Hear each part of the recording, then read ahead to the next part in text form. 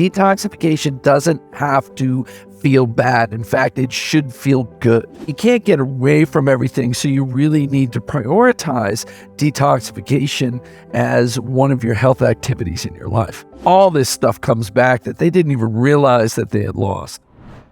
Dr. Shade, for somebody that comes up to you and says, detoxing's a myth, our body has everything it needs to do that on its own, how would you respond to them? After a laugh and a little like, oh, Jesus, here we are again. It's like, yeah, your body does everything right until it doesn't. It controls your blood pressure right until it doesn't. It controls your blood sugar right until it doesn't. And that's just when processes really start deteriorating.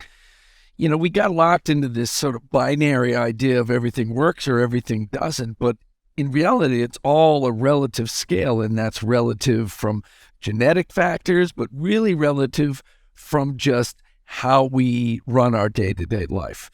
Just even the ratios of carbs to fats, different plant chemicals are regulating how much we induce the genes for the chemoprotective system, meaning we can be riding them high and doing a lot of detoxification, making a lot of antioxidants, or we could be riding a little bit low. So that's just setting a stage for this relativity, not this absolutism. And then the biggest thing that drives down and down regulates functioning of the detox system is inflammation. And we have inflammation coming at us all the time from so many different sources. So it is not true that you're just like, oh, everything's fine, I'm detoxing great all the time. Sometimes you're not, and for extended periods, you could be not detoxing well, and during those periods, you're accumulating all the things that you're exposed to. Then you got to go and you got to turn the system up and get everything out. Well, let's talk about some of the top things that we're exposed to. So when we're taking on toxins, what are the biggest players? Well, there's so many. I mean, there's, a soup of toxins out there. And so you've got like agricultural toxins. That's the pesticides, the herbicides. Roundup is in everybody's food these days. You go back to, 70s and 80s, we had these procancerous things like atrazine. So there's a number of agricultural things. There's what are called halogenated compounds. Those would be the PCBs. Those are chlorinated. The polybrominated diphenyl ethers, which are flame retardants, and then the forever chemicals, the PFAS, perfluorooctanoic octane sulfonate, and the octanoic acid. So there's those things, and then we got metals. We have lots of different metals: mercury, cadmium, arsenic, lead are your main ones, but there's a whole bunch of others as well. You got molds and other like toxic algal bloom toxins. And then you got metabolic toxins. These are things that build up within us. If we're not always going through these processes called autophagy, where we go in and we clean up old unfolded proteins, it's called the unfolded protein response. We're not taking old damaged mitochondria or damaged organelles out of the system and replacing them with new ones. We have this internal generation of inflammatory pressure from our own metabolic waste. And then, of course, one of the biggest ones these days is plasticizers. And so the plasticizers, I don't give a damn if you think your plastic is BPA free. It's BPB and BPS. They're just, various different plasticizers that are endocrine disruptors, and for a long time we called those like obesogens because they would make you fat. And we thought it was just because of how they were working on our hormone system, but it turns out they directly downregulate activity of sirtuins. Sirtuins are the things that we have when we're cardiometabolically very clear and in good cardiometabolic health. We have high activation of sirtuins. So then you get the plasticizers working on all those levels as well as all the other ones I mentioned. So there's a lot of them. We're exposed to them every single day. Well, that's definitely a lot. And it's very overwhelming, I'm sure, for all of us. Given that fact, when you think about toxins, how much energy do you put into prevention versus detox?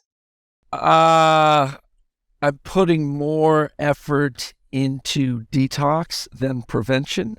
Not that I'm like, openly inviting it all into my life, but I travel a freaking ton. I don't have any control over what is sprayed in the airplane, what is sprayed in my hotel room. I don't have any control over the things that are going into the food that's served me. I mean, I have some, I choose what restaurants to go to, but, it's you're going to run out of energy trying to chase it all down and protect yourself from all the exposures.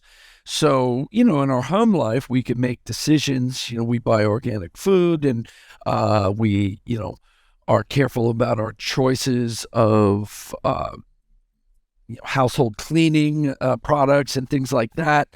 But we can't run away from it all. And I know people who do that, and they get into a very paranoid space about it.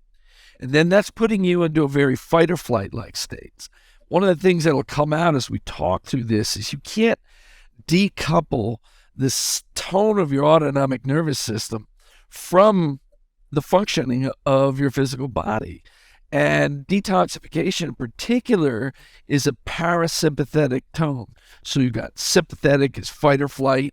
And so what do you do when you're in fight or flight? You put all your energy at being able to fight something or run away. You get into this really sympathetic tone state, and you deprioritize these things that you do in the luxury states when you're calm. And so that's the parasympathetic: rest, digest, repair, regenerate, detoxify. So it's only when we're in that calm state. So if we make our whole life about paranoia, about getting away from things, we're inherently making it harder to detoxify. So, you can't get away from everything. So you really need to prioritize detoxification as one of your health activities in your life. The latest YouTube stats are showing that less than 10% of the people that are watching the show are subscribed.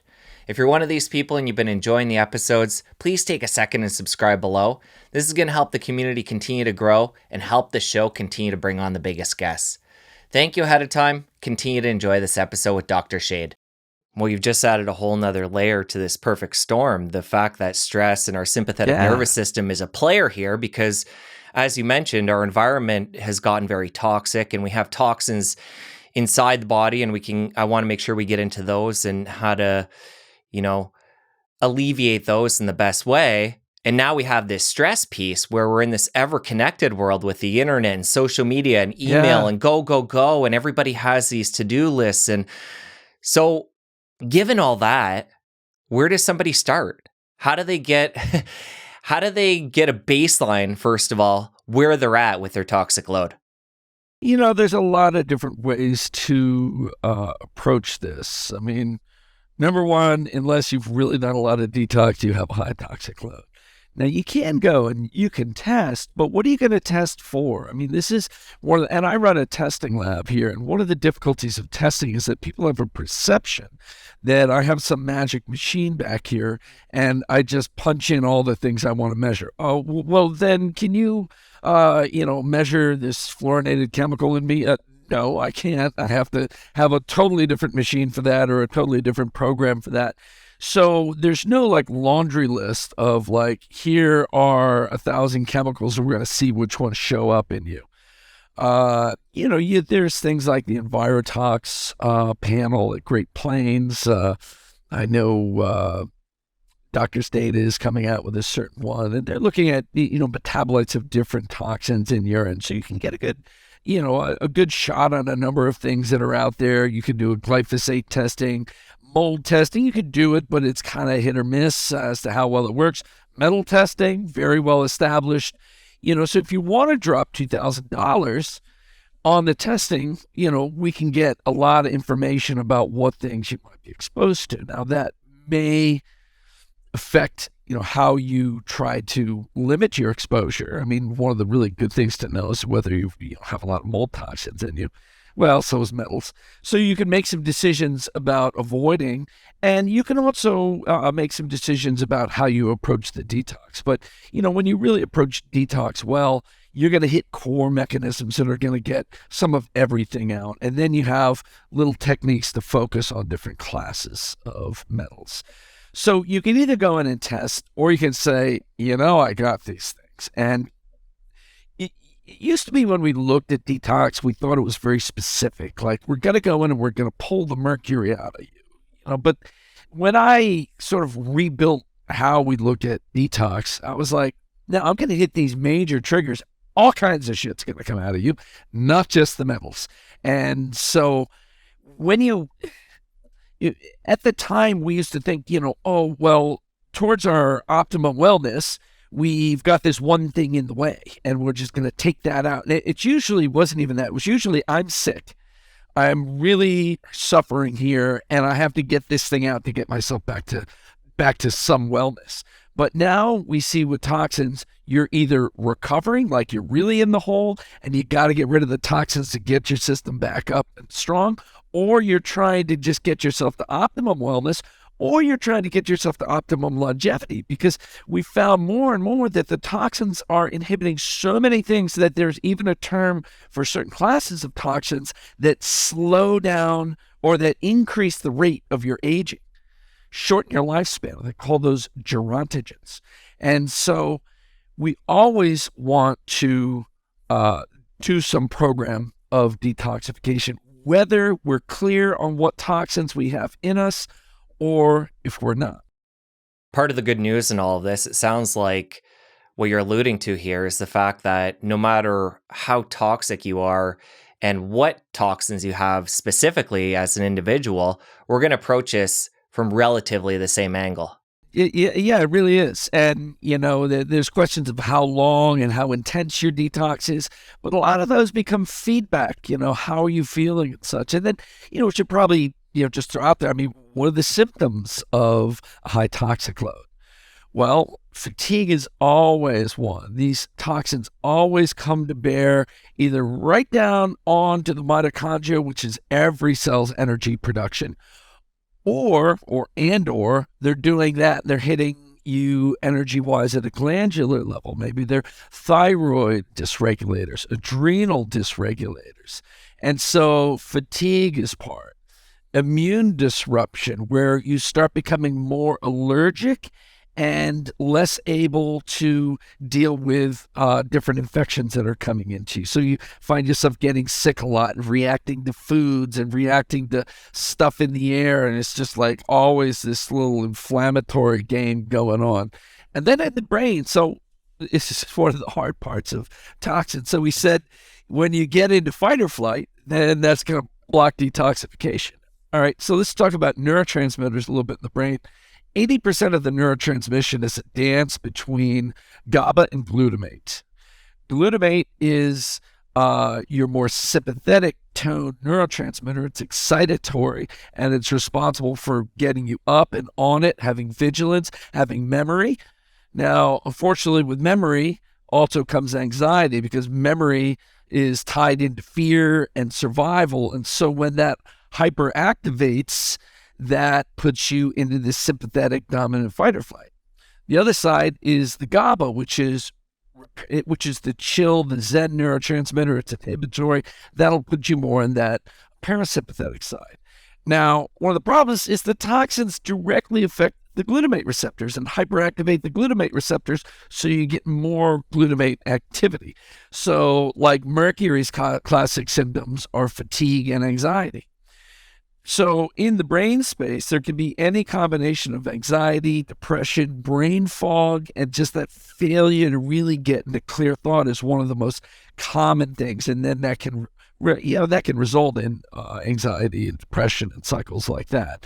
And so overall, your energy's low, it's a little muddy, you've got a lot of inflammatory activity that's resulting in sort of brain fog, a little adrenal fatigue, you just can't get up and going, and then, the brain space is screwed up and the immunity's screwed up. So that's a very toxic picture. And the lower you bring that toxic load, the higher the functioning of the body gets. And I'm always just blown away. You can really detox people really heavily. All this stuff comes back that they didn't even realize that they had lost. Well, it's interesting as you speak here, you're painting a picture of complexity, because we know now there's so many different areas that these toxins can come in. And then the way they affect us is throughout the body in so many different ways. Yeah. So I feel for people. And then the added layer of people out there saying that our body has built-in detox. So a lot of people probably say, this is complicated. My body detoxes, enough with that and move on. So I can see Yeah. why people might push this away and let this just smolder in the background for years or a lifetime.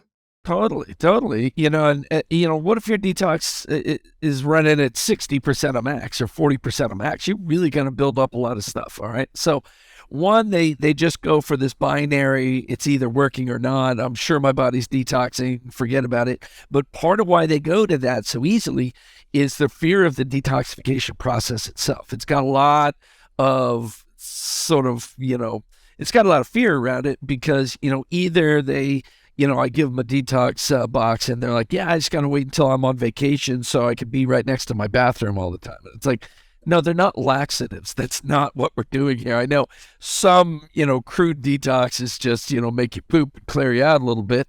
Or they're like, oh my God, yeah, all the headaches and the brain fog and the fatigue that's going to happen. They think about these negative consequences of detox, but those negative consequences are a consequence of improperly designed detoxification. Detoxification doesn't have to feel bad. In fact, it should feel good. Okay, you have that feel bad factor. I'm glad you touched on that. The other piece I feel like is the fact that there are these stories, if you start Googling around on the internet, where you release toxins back into the system as a whole, things that have been locked away in different tissues. And then you hear about them lodging themselves back into the brain or different organs. So people, I think, fear of knowing how to do it properly and the complexity of some of the classic ways that people detox is hindering people from jumping in. Totally. Yeah, I mean, there was an old saying, detoxification is retoxification because you're moving it. And when it's not done right, you do recirculate the toxins. You can move them from maybe they're safely stored in the fat, you get them out in the circulation, and they blast into the thyroid. So that's all ameliorated by creating this sort of baton race of how proper detoxification is going to go. Proper detoxification, you're going to go from the tissues to the blood into the liver into the bile flow, bile into the GI, and then poop it out. Or blood into the kidneys and pee it out. So how does this all break down? If you don't couple the movement of the toxins to the movement of the bile, all that stuff's going to hit the liver, wind up the liver. The liver's not going to be able to dump it all out, and it'll dump it all back into the blood. So the liver's like collecting a whole bunch of toxins out of the blood, and then it can't get rid of them, and it senses this accumulation in the hepatocyte, in the liver cell, of all these problems, and it dumps them all back into the blood to save itself. And that's when this big load gets out and goes everywhere. Where does it go? Goes to the kidneys and hurts. You get lower back pain and urinary distress. It goes to the skin and you get itching. And then as the toxins come out through the skin, you get these rashes going. It goes to the brain and you get all that brain fog. But that doesn't have to happen. If you're opening up the bile flow when you release the toxins, they'll go all the way through and into the GI. Then you got to make sure you catch them with binders so they don't reabsorb. So we call this whole thing push-catch liver detox. So in our quintessential, minimalist detox box, there's this liquid called liver sauce and then powder called Ultra Binder. Now, liver sauce has elements that wind up bile flow, has elements that wind up tissue casting out the toxins from the tissues into the blood. It has elements that stabilize the mast cells and stabilize inflammatory processes so you don't react to these things. And you absorb all this stuff really quick. And so the toxins go into the blood, into the liver, dump with the bile, and half hour after you do that, you come in with the binders. Binders, this is a blend of things like charcoal, clay, zeolite, chitosan, different gums, and a proprietary metal binder that we make. So when you're able to do that and just hand off tissue, blood, liver, bile, binder, you just tie this whole thing up in a neat little bow.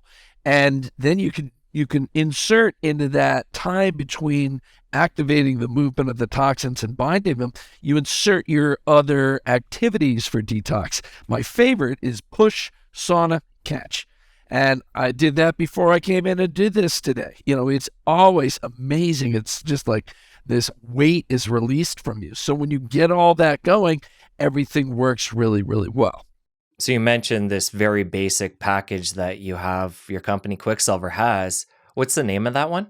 Called Push Catch Liver Detox. And that's the most minimalist. But then a jump up from that is the advanced Push Catch.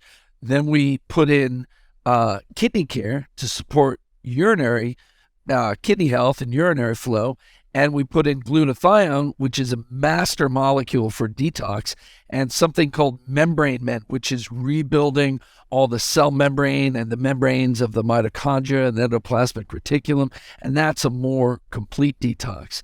Now, I just, because we brought up the kidney, so you got to get bile flow going and urinary flow going when you dump all those toxins into the blood. And then you're going to pee out a lot. You're going to move things out into the bile and bind them up, poop them out. So you got all that stuff flowing. When all that stuff's running, everything works well. Then the last thing that has to stay running is your GI tract. You cannot be constipated. That will not work. You need to take enough magnesium or vitamin C or some of the herbal laxatives to make sure everything is flowing real well. So for somebody who's brand new to this, they haven't taken on a major detox like we're talking about here, and say they're 40 years old, they've lived, a classic type lifestyle, and they've probably accumulated quite a bit. Yeah. How do they decide which of the kits to use? And then how long do they have to do that before they move into more of a maintenance phase? Yeah. So, we did make something we call the pre-tox box, where we're moving. So think about those elements we talked about: moving bile, moving urinary flow, and dumping from the tissues. Now, if you're new to detox, you've probably got a lot in the tissues, a lot in the blood, a lot, stored in the liver, a lot in the kidneys. So this pre-tox, we just open up the bile flow out of the liver, the kidney flow.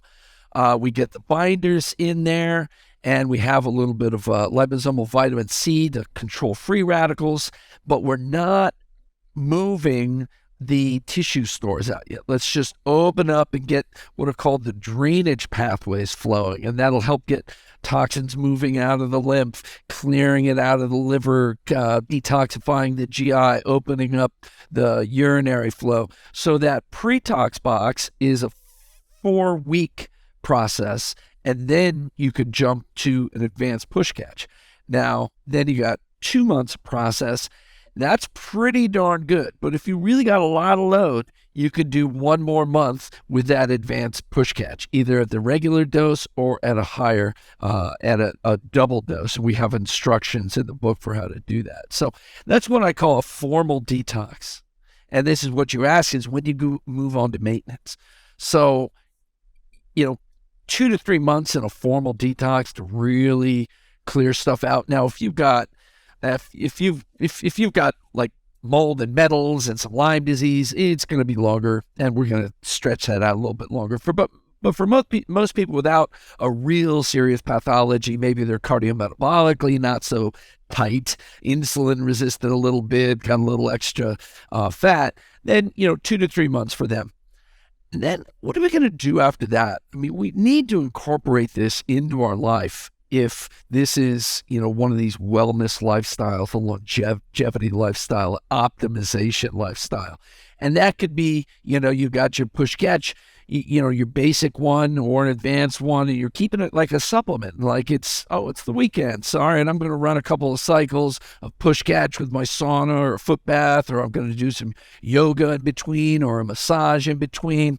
And you'll do a couple of cycles over the weekend or throughout the week.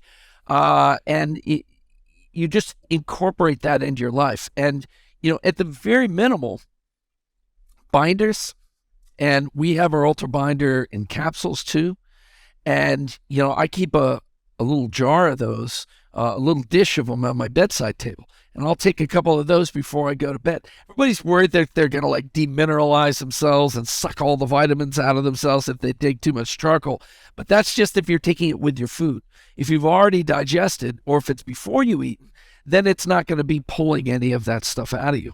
And I found this great paper from the Russian Institute of Gerontology. And this is a very famous, the Russians really know gerontology.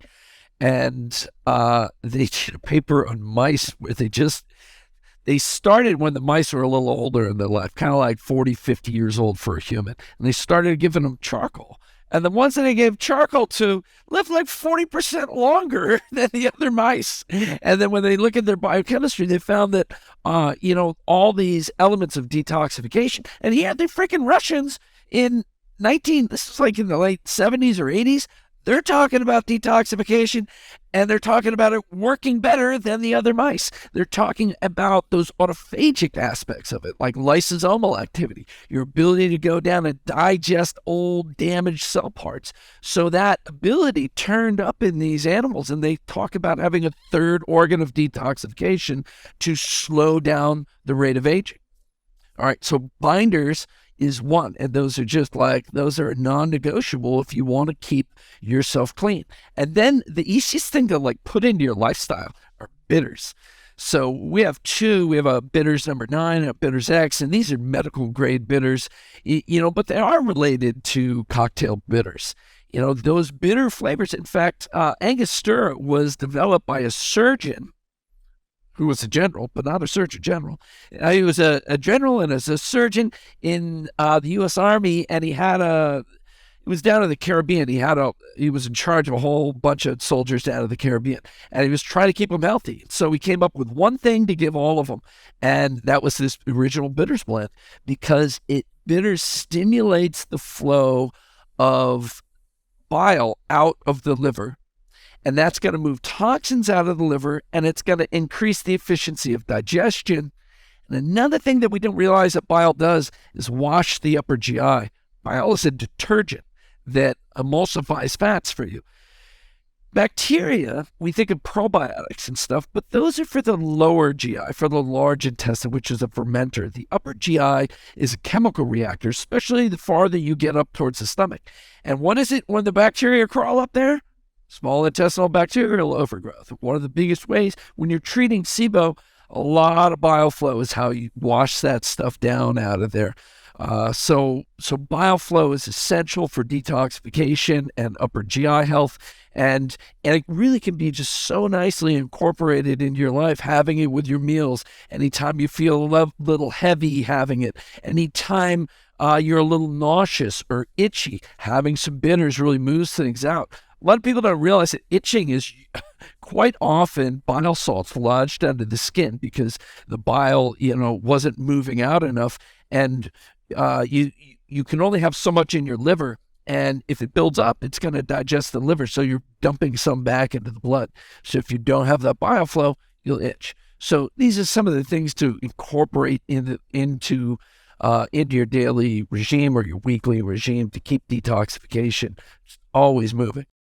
Earlier, you touched on the fact that classically, when someone thinks of a detox, you gave that example of saving it for when they go on vacation because they're anticipating, the agony and pushing through tough times as they do the protocol. But you alluded to and quickly touched on the fact that when people detox in the manner we're talking about here today, it won't be like that. Yeah. Let's talk about symptoms during an initial detox phase, what people can expect, so they can plan accordingly when they want to do that.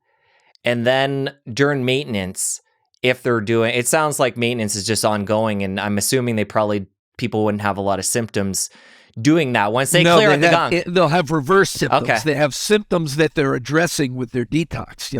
They're like heavy and tired, their immune system's not working, and in the maintenance phase, you detox, you feel, here's how it goes. You take the liver sauce and the glutathione and stuff, and you're like, okay, that's good. And about 30 minutes later, you kind of feel this stuff moving through you, and you're like, well, that's a little funny. And then you take your binder, and it's like, oh, thank you. That feels so much better. So you're just feeling better. In the beginning, you can transitory go through some symptoms. Especially if you try to do it really fast and hard, and you don't try one of the lower doses and work up, you can get some headaches, some brain fog, just a little discomfort, maybe a little fluish feeling, but those should all be pretty mild. And if they're anything more than mild and you're just like, oh, okay, I do notice them, you got to pull back on your dosage and just give a couple of days at half of whatever you were doing. And then you can go back up and you're usually fine. And that's usually very, very transient. Got it. And then if you're doing one of our bigger ones where you jump up doses, you may feel it at, say you're at a certain dose, a teaspoon once a day, and you go up to twice a day. You may feel it for, 2-3 days, and it goes away. And then you jump up to another dose, you may feel it again, and then it goes away. But a lot of people just feel better and nothing but. Got it. So both phases pretty mild. You don't have to book off a month and plan this ahead of time. No. You just never put it off. It's just, you deal with shit all the time. We go to work and it's just like, the pollen's out that day, or, you ate something wrong the day before, and we're like off, quite often, and it's like, this is no worse than any other little, field that we run into, during our daily life. Earlier, when we talked about prevention, you got into travel and how we don't have a lot of control over the variables, which is true for all of us. But let's come back to the home and talk about things that you've done in the home to filter and be preventative. You mentioned the cleaning products, so picking better cleaning products, but let's move into things like for your water and your air, things we can do to help prevent the buildup in the body. Yeah, totally. So water, we should all have. It's so easy to get RO systems now, either under sink RO system or a countertop. I use the AquaTrue system. You can get that from Water and Wellness. And that's, the guy who made this is just brilliant. It's such a great system. It sits on the countertop, and you don't have to have it vent. Usually you have the reject water, which has to be put back, so you push water through these RO membranes, and, the clean water seeps out, and this stuff that gets saltier and saltier goes down the drain. In this system, you fill up a reservoir, put it on there, and it actually takes the water out and puts the reject water back into the water it's cleaning. And then it goes down about 2/3 of the way, and then you got to dump that out and then redo it. And I'm a fan of that one. But if you can get an under sink one with a nozzle, you definitely want to be cleaning up the tap water, and don't just use that for the cold water you drink. When you're making tea and stuff, use that. So water cleanliness is huge. Air, if you can do it, if you can get some HEPA filtration going in your house, that's awesome. If you can get carbon filtration, that's even better. There are some big carbon filters that'll just sit in your living room and just run all the time that are pretty quiet. And you especially need those after like somebody comes in and paints your house, or, does some plumbing work, or, some construction work. You're going to have all those fumes. You get a new mattress, you get a new rug, all these are very poisonous things. So if you can have some air control, and it's just non-negotiable, you need some water control. In one area within the water, I think a lot of people forget, and I'm big on this, is shower filters. Is that something you advocate for and use? Yeah, totally. And I totally don't have a shower filter. And it's a question of how far do you go on all these things? I probably should do that. Our water we have it's not the best drinking water, but there's not a lot of chlorine and fluorine in it, and so there's where I didn't go all the way. When I think about the home environment, another area of bombardment would be EMFs. Is that something you're cognizant of and protect yourself? We do all kinds of things. We always have, some sort of, magical amulet somewhere that's supposed to protect you. I have a Somavedic at home. I really, really like the Somavedic. I used to have another one that was really good, but I don't know even who made it. This guy's made cold lasers, and this thing looked like a UFO, and it would just set this field. and it was just like really clean things up, when you had that off. And I love to travel with them.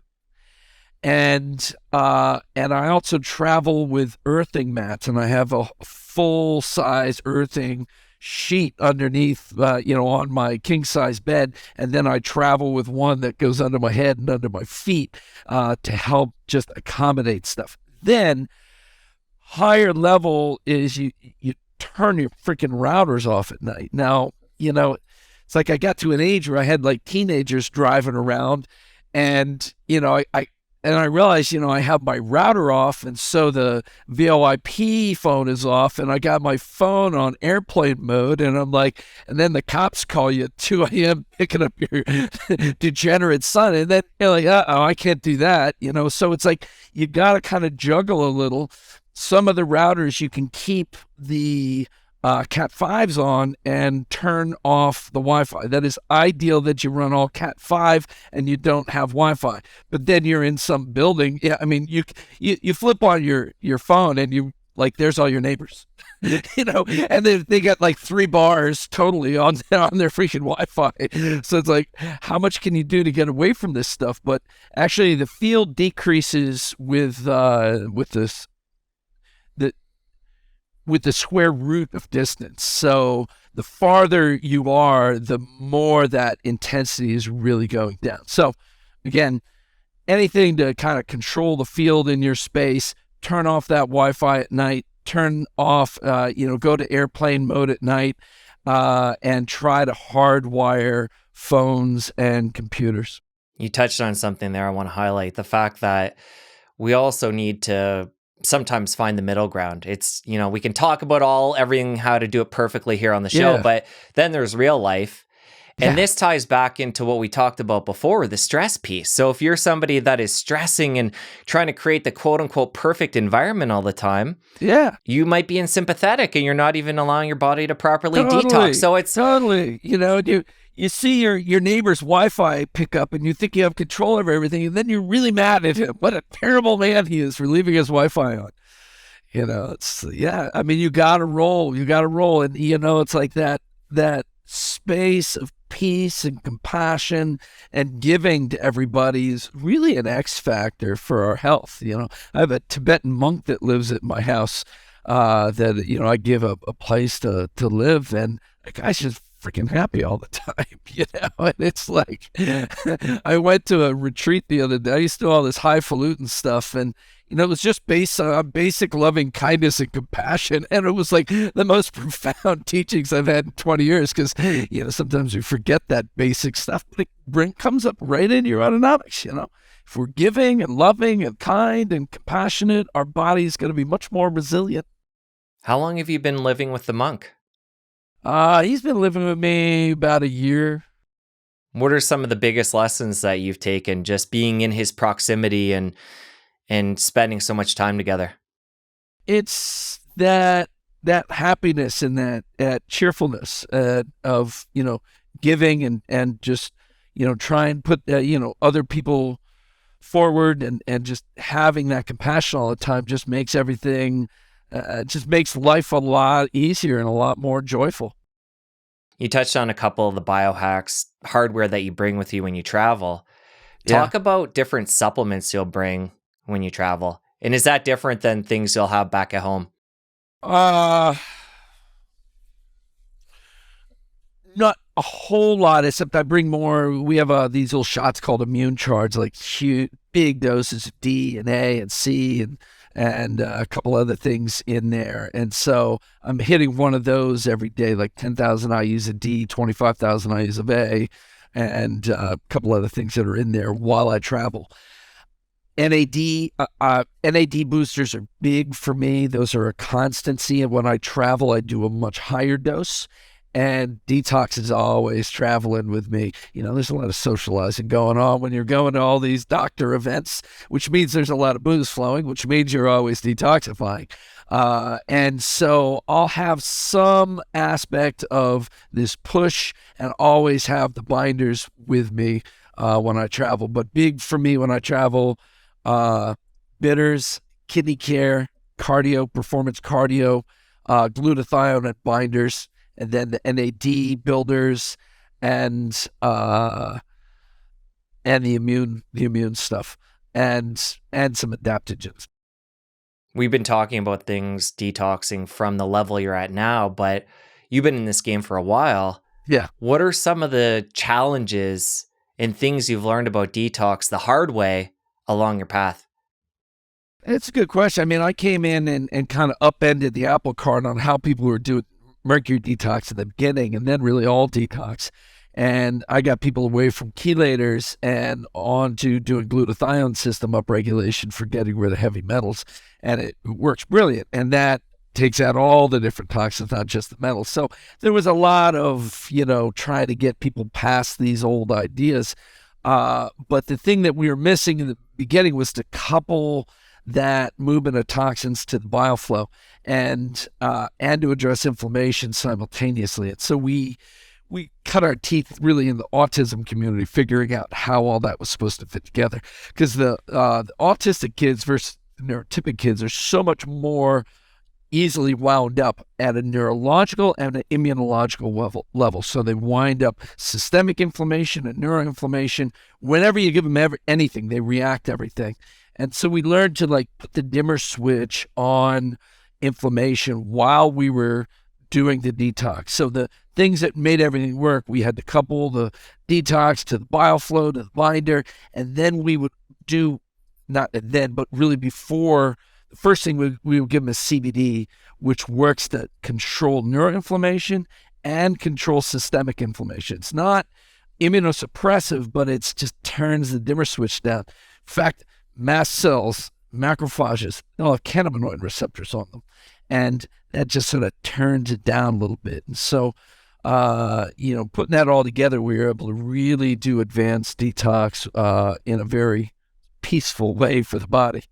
What are some of the changes you're able to see within people that had Well, autism? I mean, they would be very regressed in their age, like emotional age versus chronological age, and you could move that needle forward very, very, really get them behaviorally much better. A lot of this chronic viral activity, we're good at suppressing that. It's just one of the things. The toxins really screw up your immune system and allow you to have long-term, low-grade infections, biofilm infections, long latent viral infections. And in autism, that's really, really bad, especially the viral stuff. And so when you're able to push down that toxin level, the immune system's able to come up and have a right response. And so you really get a nice movement in them, both physically and neurologically. Going back to the early days of you and Detox, what initially piqued your interest in this field? My PhD was in mercury chemistry, and mercury biogeochemistry was in how mercury moves through the environment, how it gets into the biota and biomagnifies, and all the different aspects of it. And I was doing environmental testing, but I wanted to get back into clinical because I was an organic farmer before I was a PhD chemist. In fact, if you go, I was sort of reductionist scientific dude, son of an academic, went into high school, went into college, wasn't very inspired by what I was doing, dropped some acid, had, mystical experiences, and then left what I was doing and became an organic farmer. I was into changing people's health, not through chasing around polluters and environmental science, but in trying to really get good nutrition into people. And so I always had this desire for, working in human health. And then I joked that I left organic farming the year Whole Foods was formed. Like there was no money in it back then. And so I went back to grad school and I started working again around agriculture. And then I moved into working around mercury as a pollutant, patented some testing around it, and then started my company doing the mercury testing. Then had to make the solution to the mercury testing. Now, all the while, I'm going through doing a mercury PhD. I got 17 amalgams in my mouth. Those mercury fillings, those silver fillings are 50% mercury. And so I was, I didn't realize I was having so many health problems, but it was like immune problems, adrenal, thyroid, fatigue, get sick a lot when my kids get sick, when I travel. Then I took all my amalgams out, and in the beginning, I didn't think I was going to make supplements for detox. I thought I was just going to do testing. So I was doing testing, and I took the pharmaceutical chelators, DMSA, and it just got me sicker and sicker and sicker, and I wasn't seeing the mercury come out. And that was because I hadn't opened up my body to be able to move and drain all these things out. And so I say in the dark night of my biochemical soul, when I was at the sickest trying to do this mercury detox, I had the epiphany that I had to do it all differently. And that was what led me down this line. And the first thing that I made was this mercury-specific binder called IMD, intestinal metal detox. It's like putting a chelator on a little sand grain that goes through your GI, binds all the metals, and takes them out. And so that opening up of the metals to move out of the liver into the GI, get bound and come out was the first thing that started getting me well. And I shared that with some of the old detox stalwarts like Dietrich Klinghardt, Hal Huggins, and they just loved the product. And then that led me to figure out the rest of how the detox system works, how the glutathione system is integrated, and then I built everything from there. Let's talk more about the mercury piece. And you mentioned the 17 mercury fillings you had was it around 50% mercury? Yeah, they're all, it's like 48 to 50% mercury, silver, and then little bits of other metals. Got it. I'm sure a lot of people can relate, especially people that are, getting a little bit older when that was a more common practice. But the way I understand it, a lot of dentists are still using them. What I want to get at here, though, is somebody in a similar boat, say, 17 is a lot, but if somebody has metal in their mouth, whatever amount, given what you know now, take us through the steps. What should somebody do to have that removed in a healthy way? Yeah. Now, a couple of things here. So, one, how much are people even putting dental amalgam in still? That's what you get when you get Medicaid. So there's a socioeconomic thing. Everybody on Medicaid gets mercury. They all get poisoned. That's what the government does for you. Then if you're on better insurance programs, everybody wants the white fillings. And so now they do composite. So they don't do so much of the amalgam anymore. But those of us, who are grandfathered into having amalgams by our age, what do you do when you have them? Now, I do not like mercury amalgams whatsoever.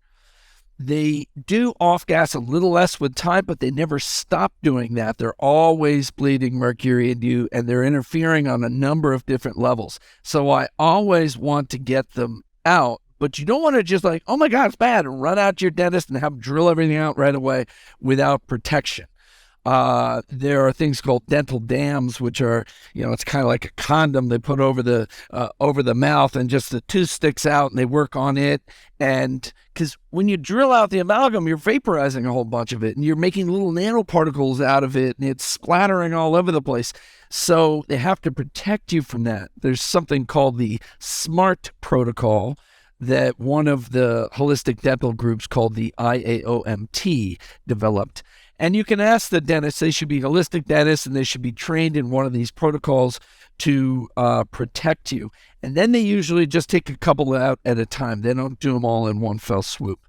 And then you need to go and do the detox after you get these things out, or, along the way. And I'd like to start even before you start removing them.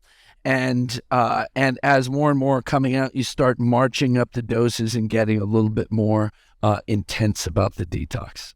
And when you say detox, is this what we were talking about before, the different packet choices, or is there something additional? Yeah, it when is there's the different mercury? packet choices. Now there, you're going to incorporate more glutathione into it. Advanced push catch would work well. Our sort of Cadillac for that is called Cube 2.0. That only goes through our practitioners, but you can find practitioners to get that through. But even the advanced push catch will work well there. So you tend to be putting in more IMD and more glutathione when you're doing a mercury detox. And then the dentist will have this thing called the Merc Protect protocol, which starts a few days before the removal and goes to a few days afterward. They like that because it's like prescribing a prophylactic antibiotic during an oral surgery.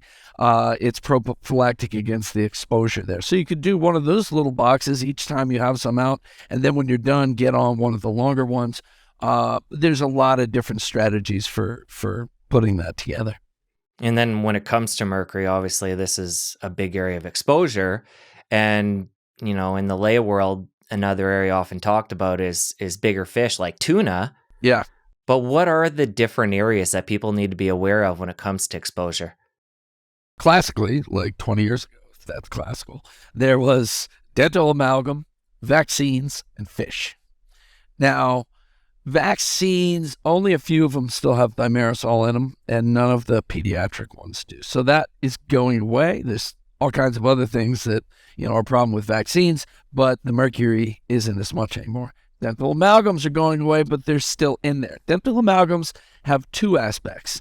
One is vapor phase that's coming off of it that you're absorbing and goes into your blood and then becomes this form called inorganic mercury, and that's the form that sticks onto the cells and blocks biochemistry.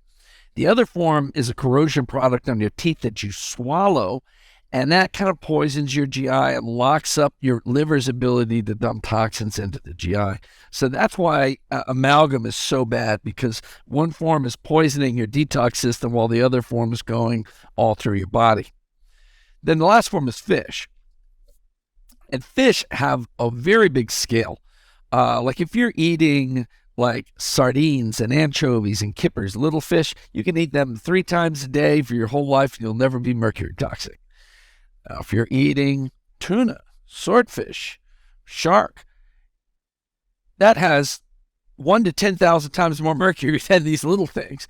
And so you can easily get very, very toxic. Tony Robbins tells the story of how he went from being vegan to being paleo, and he was just eating salad and fish all day long. And the fish were tuna and swordfish flown in from off the coast of Hawaii, where the mercury levels are really high. And so he got incredibly mercury toxic and was losing memory, had big fatigue issues, inflammation issues, and we were able to pull all those levels down and get him restored. So there's really a choice of where you go in the food chain. Now, lower down the food chain, and you're getting shellfish and stuff, like shrimp and shellfish have almost no mercury, but they have arsenic. And so like the people that I test from Hong Kong and Japan, they tend to have high mercury and high arsenic. If you're just eating high-level fish like Tony, then it's just mercury. But you can decide from along this range, like how much of this fish am I going to eat? How much of that fish am I going to eat? In salmon, I mean, you got pink, coho, sockeye, they're all kind of small, lowish mercury level. Then you got king, that's starting to be high. King tastes the best. Just don't eat it all the time. And just, work your way through the food chain and be conscious about your choices, and you should be okay. And, you can test every once in a while and see where you're at. Given what you know about toxicity, what does your diet look like these days? My diet, We know you come from the organic farming world, so I'm assuming organic. Yeah, so the vegetables are all organic. I eat a fair amount of protein, and so I get grass-raised beef from up in the mountains and keep it in my freezer, and so I've got a good stock of that. I do some fish and chicken and weave those in. I try to make sure those, control as much as you can. Chicken, you can control for organic and grass-fed. And then organic are the vegetables. And, it's either it's very simple or I'm, being a foodie and making a lot of stuff. But yeah, you just try to minimize exposure to the different chemicals out there. And food is a big way to minimize that. Well, let's talk about some of the biggest culprits. You got into it there with the fish and mercury, but just giving people a bird's eye view of different areas they want to be wary about. And within the pockets where there is trouble, are there certain choices, say it's organic or non-GMO, or different qualities within that are going to be more helpful? Yeah, so you go to like chicken, conventional chicken can have a lot of arsenic in it, as well as a number of different agricultural toxins, pesticides, herbicides. They got those chickens all in there. They got to poison. They got to throw stuff down to keep bugs from being all over the place.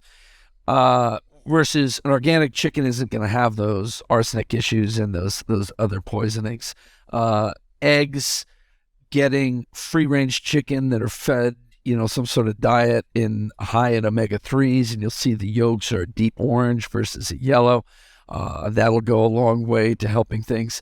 I think corn is just dangerous, and I'm around all these, I'm kind of in the Southwest, and there's Mexican restaurants everywhere, and I love Mexican food, but God, GMO corn just sucks, because GMO corn, and you got like blue corn chips, and so then you don't have the GMO stuff, but still there's corn can have a lot of anti-nutrients in it and be a little rough on the GI, but the GMO stuff, there they get botulism toxin built into the genes, and so it's growing.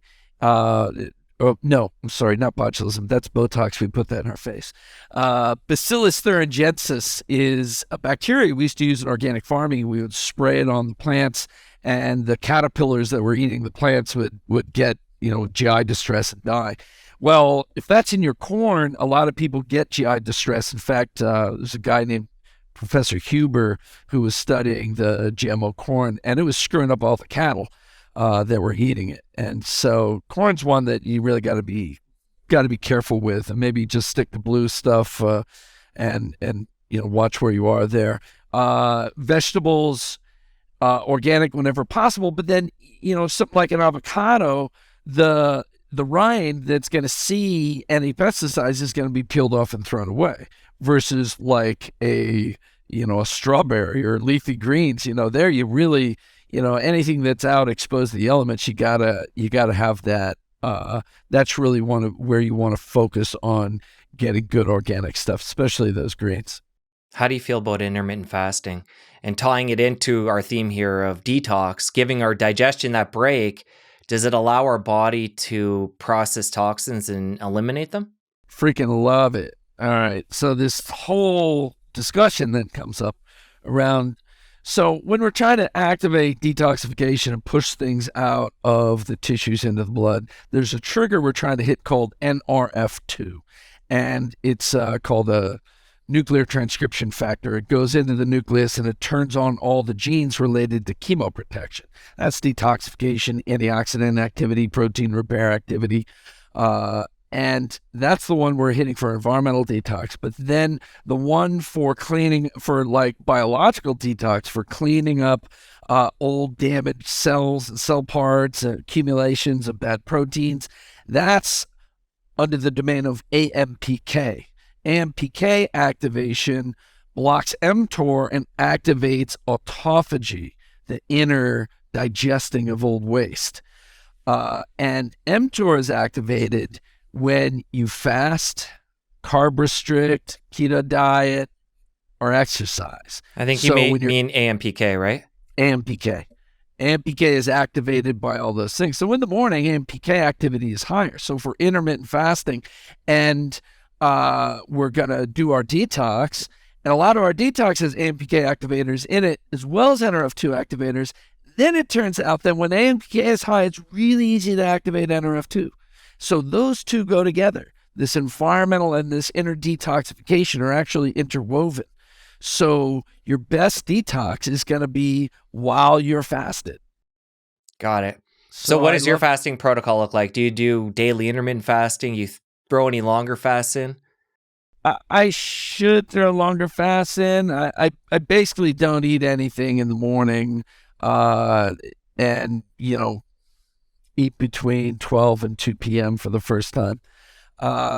And I'd like to do some longer ones, but I've just been a little bit too, I just got off a sequence where I did 9 trips in 10 weeks. And so, a 2-day water fast wasn't real high on my list for doing that. But I would like to get back to a little bit longer ones. I think because I'm pushing these detox things all the time, and I have these AMPK activators, the mTOR blockers, I've got senolytics going on. I think that I'm making up for what I would get during the longer fast. Up until this point, we focus primarily on toxins coming in from the outside. Let's hone in on inside the body, endotoxins, where those are coming from and how we can go about handling them the best way. So, if we're on the hero's journey here and we're in the Star Wars realm, endotoxin is without a doubt Darth Vader. And endotoxin is an inflammagen, meaning it winds up inflammation. Also called a pyrogen because it winds up so much inflammation it generates heat. So what is endotoxin? Endotoxin are parts of gram-negative bacteria that get into circulation. And you have these pattern recognition receptors on your immune cells that recognize them as, a GI bacteria, like, oh my God, there's sepsis in this system. And so your immune system winds up inflammation to try to kill whatever it perceives is there, even though this is just pieces and parts of the bacteria. And when it winds up inflammation, it turns down all kinds of things. It turns down the whole chemoprotective system. It's turning down detoxification. Why is that? Because inflammation is a pro-oxidant endeavor. If you did have a bacteria, how would you kill it? Your immune cells would go and spew hydrogen peroxide on it. You can make hypochlorous acid, that's bleach, and throw that at it. Superoxide radicals, you kill it with pro-oxidants. So you necessarily want to turn down your own antioxidant activity so you've got more potency in your pro-oxidant activity. And detoxification is part of the antioxidant system. So as long as that inflammation is going up, all this detox is going down. And that makes endotoxins synergistically toxic with the toxins that are coming in. So if we're turning detoxification down at a cell level, then we're turning down the glutathione system, which is neutralizing those toxins and getting them out of the system before they attack something. So if we've turned that down, then the toxins can get in and hit all these sites. If we're turning it down in the liver, we're not pumping this stuff out in the bile anymore. Instead, we're pumping it back into the blood. If we turn it down to the kidneys, we're not pumping the toxins in to the urinary flow. So if you look up endotoxemia, like if you hear Kiran Krishnan talk about it from microbiome labs, all kinds of cardiovascular, cardiometabolic diseases, neurological things are associated with endotoxemia because of its ability to turn up damage. So where to get endotoxins? Now, the primary one is, or probably the biggest these days, is leaky gut, opening up of the permeability in the GI. And that's where not whole bacteria, but these little parts are getting into circulation. Now, ones that we don't think about as much would be periodontal infections. So bacterial overgrowth in the periodontal area leads to inflammation, and then these parts of bacteria get into circulation. In fact, periodontitis is associated with cardiovascular disease and depression. Depression is neuroinflammation. Urinary tract infections, that's a big one. And so now, and also chronic nasal infections, root canals, and cavitations, which are necrotic tissue in the oral cavity. So how do we address all these? But by lowering inflammation in the gut especially, and increasing barrier function. So we want to, there's so many different routes of attack at this, but you want to take less inflammatory food, less food. Glyphosate directly causes leaky gut, so you want to have purer food, not food you react to, a nice immunotolerant diet to bring that down. And then you want to seal up the GI tract. Well, one of the things that regulates tight junctions are AMPK activity and NAD levels. it's hard to separate AMPK, NAD, and sirtuins. They all kind of work together, but they work to close up those tight junctions. In fact, that's when I travel, I up my doses of, we do a liposomal nicotinamide mononucleotide, NAD precursor. It's one called NAD platinum, one called NAD gold. I up my doses quite a bit, like 3 or 4 times my normal when I travel, and it just locks the gut down so that that food is not winding up inflammation in there, because everything's hitting me then. I'm in the plane, I got EMF all over the place, there's wireless, everything's hitting you there and working on that. So if we can seal up the gut, but then we also seal up the brain, the blood-brain barrier. So, it's when that inflammation gets into your brain, everything gets dysregulated, then the autonomics get dysregulated. So we need to protect the health of our gut, keep the bad toxins out, get AMPK activity and NAD levels up to seal up those junctions there. As you talk about the blood-brain barrier, it gets me thinking about toxins in the brain that we talked about before. And when we typically think about the blood-brain barrier, we're thinking about protecting things from coming up into the brain. But how does that work the other way around when we're trying to remove things, toxins that have built up in the brain, having that membrane there, or at least I think of it as a membrane, how tricky is it to get things down and out through that? Well, you got to use the active transporters that pump out. So in detoxification, like if we just go into a cell here, all right, inside the cell, you got mercury and it's bound to some enzyme on the membrane. How do we get it out? We need glutathione, and then we need this thing called glutathione S transferase. It's called a phase 2 detox enzyme. And that it pulls mercury off of the membrane sulfhydryl and binds it on to the glutathione. So then we're in the cell floating around, mercury glutathione conjugate. Then at the cell membrane, there's transporters that push it out.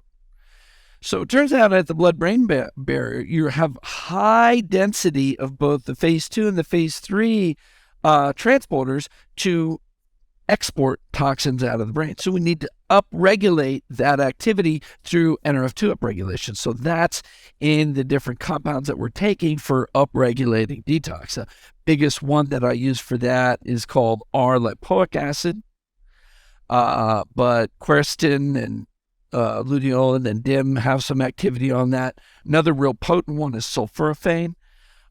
So we need to get that activity of those detox transporters upregulated, and then there'll be a net pumping out of the brain. We don't have to open up the blood-brain barrier to get stuff to diffuse out. It's active transport. For somebody who's tuned into this point and they're thinking to themselves, I've had a very toxic job my whole life. Maybe they're a farmer dealing with pesticides, and they feel like, whatever it is, they feel like their body right now is possibly beyond repair. How do you address that person who feels, they're in midlife or beyond and they just feel so toxic right now, but they found this interview, they're feeling inspired right now. Is there hope for that person? Oh, totally. There's so much you can do to the body wants to be resilient, but the body's deciding what programs to run based on availability of nutrient inputs and proximity to damaging like toxins. And so if it's in a toxic soup, it's not going to choose these longevity programs where you're alive and you're thriving. It's going to choose just basic survival. And as you pull these toxins down, the body gets to choose from higher and higher states of being. These are, in the nucleus is just the library of potentialities for the consciousness and the biology of your body to access. But it has to be in a state that can support those. So the more you pull this crap out, the more your immune system's going to flip and get rid of old infections, the more you're going to start activating sirtuins and get NAD levels high. So you're going to be able to live at these higher states of being. So this is totally available. I remember meeting this guy, and he'd been in construction, and he'd worked in some chemical plants. He had worked as he had done some pest, so some pest control stuff. So just really exposed to all kinds of crap. And he was having all kinds of issues, and his new wife was way into this stuff, and he was like, I'm all in. And I gave him 9 boxes of push catch to go through every one of the levels. And I saw him a year later. He goes, I did it all. I feel freaking great. You really can get better. And then you can get into some regenerative stuff like stem cells, exosomes, peptides to really take everything up to the next level. But you don't want to go into these expensive high-end therapies with a toxic system. But you get it all clean, everything will work really well. And one thing I got to bring up is in addressing the long-term infections that are in there. Some of these are in biofilms that we think are like cardiovascular plaques, but they're actually creatures living in there. And these viral, like the herpes family, the cytomegalovirus, Epstein-Barr virus, which are herpes 5 and 7, herpes 6, these things can become chronically active in us, and we have to suppress those as well. And sometimes just detoxifying is enough, but like we use a cat's claw formula to work on that, some artemisinin. You might need some herbals that help clear away some of that biology that's living in you as well. I mean, we're coming to terms with the idea that the microbiome extends beyond the gut, that we actually have one in circulation, and there's even brain microbiome. When it comes to the microbiome, how do you go about making sure you keep yours healthy, and how does that tie into detox? Inflammation in the GI tract blocks detoxification. No ifs, ands, or buts about it. And so having the right flora in the GI to have, bring down inflammation, digest right is really important. And, I don't religiously take probiotics. I take them kind of in cycles. I'll get into it and go through a bottle. If, being through the last couple of years and like, oh, I've got COVID, I'm going to take everything right now. We're blowing up our microbiome. I had to go in and take a lot of probiotics, but otherwise, I tend to get it more from fermented foods. I do mostly that, small amounts of probiotics. But one of the things towards a long-term stable microbiome is your fiber input. And so if you're getting that from vegetables and then even soluble fibers, we do a lot of gums and the binders. There's pectisol, there's acacia gum, and those are really friendly to the microbiome as well. And then things like collagen powder is good for helping you restore the barrier lining there as well. And, anything, we get to have a little bit too much of an idea that the microbiome controls us. The story of the microbiome became a very fascinating one as to how important it is, but it became very one-sided, like we're at the whim of the microbiome. Fact is, our immune system reverse controls the microbiome as well. And so when you have a healthy immune system and a healthy barrier function, and you're not hyperreacting to everything, you get a much more harmonious microbiome going on. Coming back to how we opened this whole conversation up, the people that say, okay, my body has built-in systems to detox and take care of my body. Let's talk about that general physiology. Let's talk about what happens on a cellular level when toxins come in the body, how the body, without these products, goes about trying to sequester and protect us. Some of this we know, some of this we don't know. A lot of it's still a mystery to be like, where do we bury these things in really, really deeply? But in the tissues, we can bury things into lysosomes, which are sort of, and vacuoles, which are sort of storage devices. Fat solubles go into the fat, like mercury in the metals don't go into the fat. They go into other protein spaces. Some things go into the bone marrow and the bone tissue. So you've got a lot of these things building up in different areas. And then what do? Now, I'll go back to talking about plasticizers. Plasticizers, we called them obesogens because people got fat from them.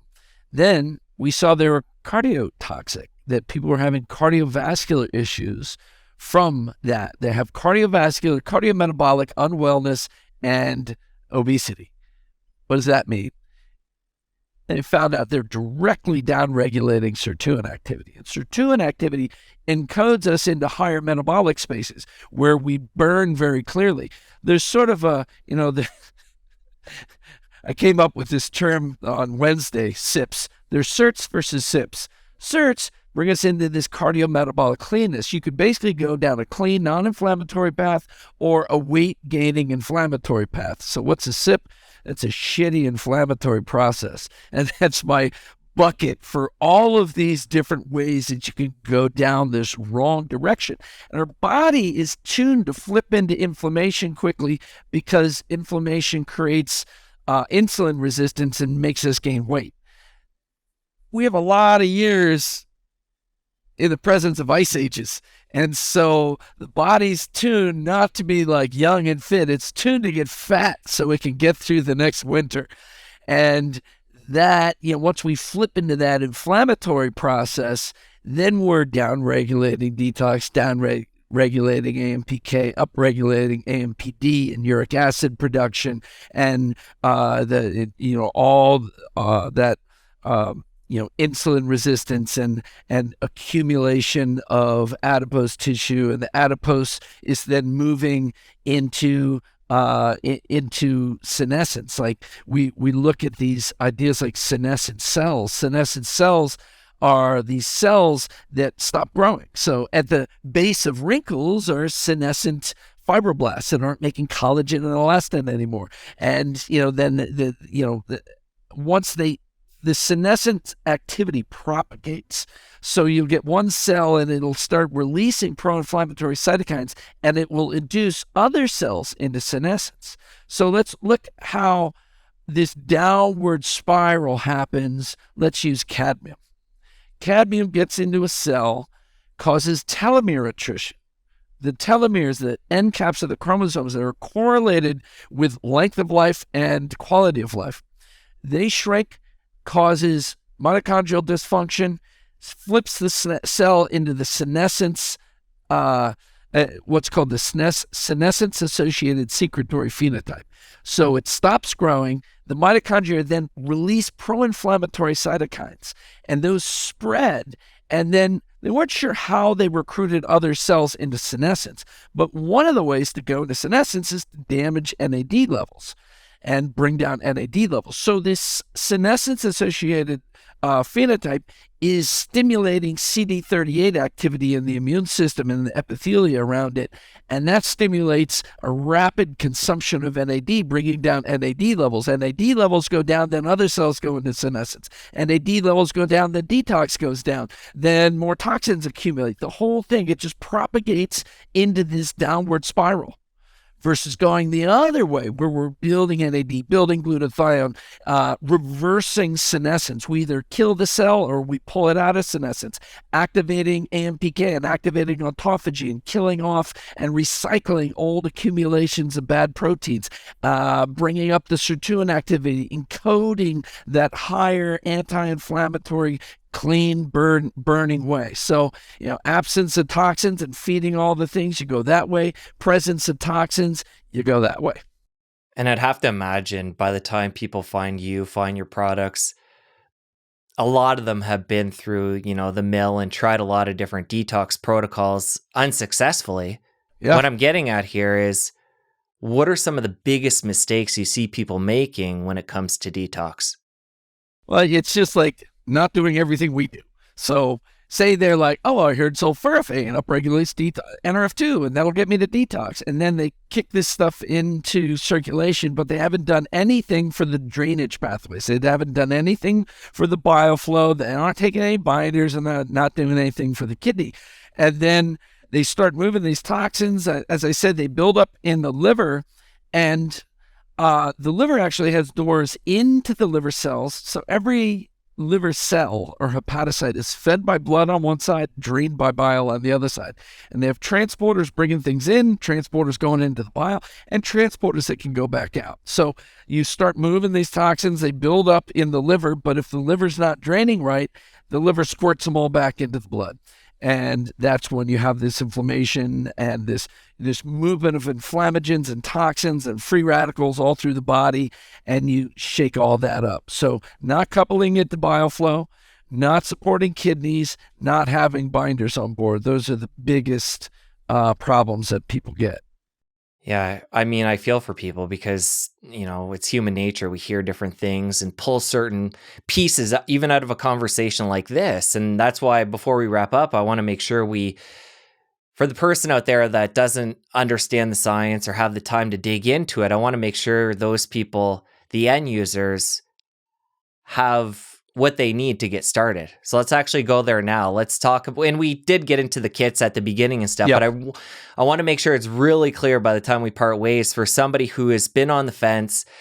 They've had that fear. They haven't done a detox because, they just don't want to quote unquote mess things up. Yep. Let's help guide the end user. And as we wrap up here, give them some direction. Yeah. I mean, if we go back to looking at that advanced push catch, that's, you've got the liver, the kidney, the glutathione, the membrane support, the binder. I mean, that's a really nice system. And somebody might think, oh, I got to wait to start that.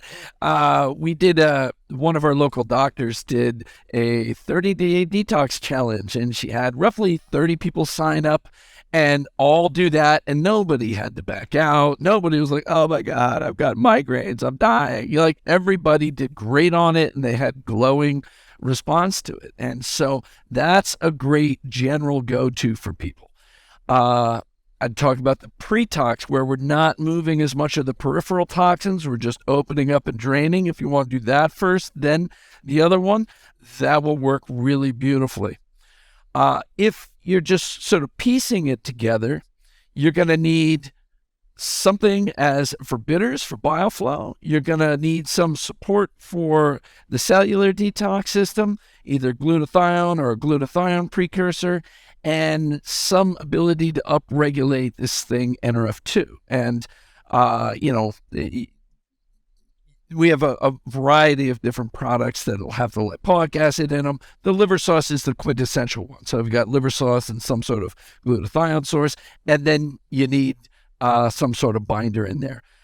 If you got a lot of inflammation, something to, especially if you're getting a lot of anxiety or brain fog, you're going to want, or if you don't sleep right, you're going to want something to calm the system down. Be CBD. We have a lot of forms of CBD. GABA. We have liposomal GABA. GABA and CBD are very similar in calming the whole system down.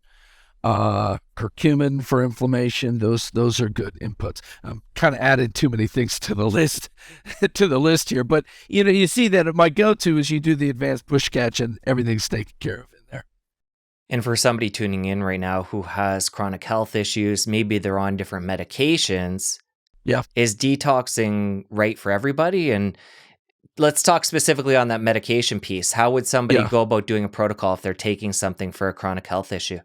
You got to look at, if you're taking pharmaceuticals, often what you'll do is you'll break down the pharmaceuticals a little faster. And so if you're on anti-clotting, you're measuring your INR, you just got to make sure that that's not changing while you're going through this.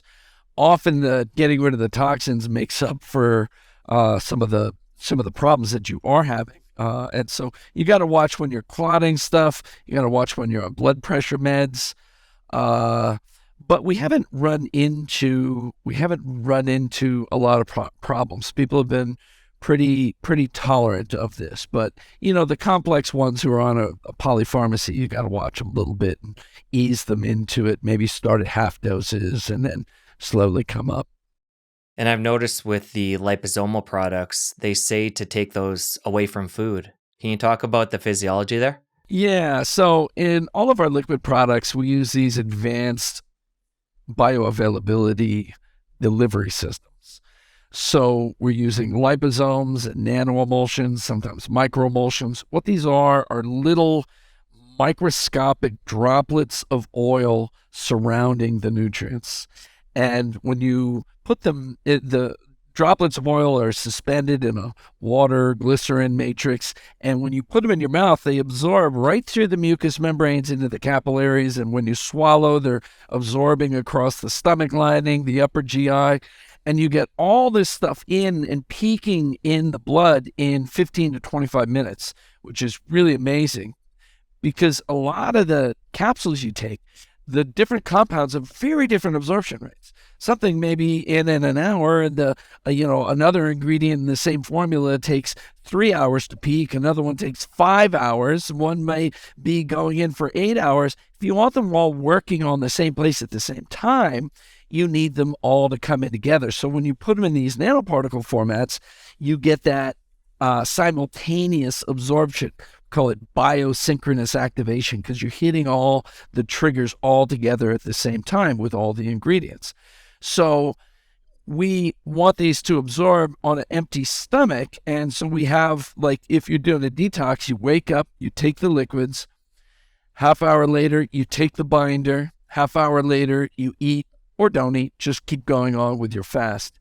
Now, if you have already eaten and you're having some symptom, you're a little nauseous, you want some bitters, then just hold it in your mouth longer and get as much intraoral absorption before you swallow it.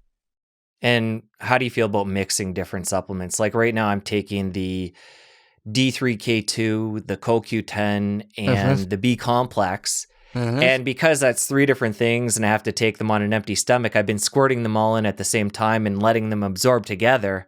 Is that kosher? Yeah, there's an area of diminishing returns. Like imagine you put one pump in and it's got all that surface area. It's a lot of absorption. Imagine you put so much in, you're like, then you got all this volume, same surface area, but a lot more volume trying to get in. So you lower the amount you absorb. So, kind of a teaspoon total is kind of my max. That would be 10 pumps. Okay, I haven't done that many, so I'm good. Okay, good. One thing I do notice talking about the absorption is the fact that when I take your supplements versus capsules, you do feel the difference, and it hits you so quickly. I think you said something about 15, 30 minutes. Like, I feel like within 5 minutes, I'm feeling such a difference. So the pharmacokinetic profiles, like from the get-go, they're going up. And then they'll peak in 15 to 25 minutes and then come down. So within 5 minutes, you're, a third of the way up to the peak almost. And we've seen really high levels of different things in 5 minutes. So that's why you're feeling it so damn fast. In our B12 study, in 2 minutes, you already had, like 20% jump in the B12 level. And so that stuff really does get in and make itself known. It's such a difference for people that have been taking capsules for years. You take these things, you're going to feel it. Yeah, and it's really nice. And there's a great neurological feedback that I'm doing something good for myself here. It's not just like whatever. So the mindfulness aspect of your self-care and your supplementing becomes enhanced because you can feel them. Dr. Shade, really love the conversation. We're going to link up your social media website. We're going to link up the products. And yeah, I really enjoyed this. We covered a lot of ground and demystified a lot of the common myths when it comes to detox. And hopefully people that have tuned into this point are feeling confident and ready to take that on to whatever level they're ready. Excellent. Jesse, thanks so much. It's been a pleasure. Thank you. Now that you're done my conversation with Dr. Shade, you're going to want to stick around here and catch my chat with Mindy. She shares her heavy metal detox journey. You don't want to miss this. I'll see you over there. So it's generational and it's being passed down. And if that's the first time you're hearing that, I get that sounds crazy.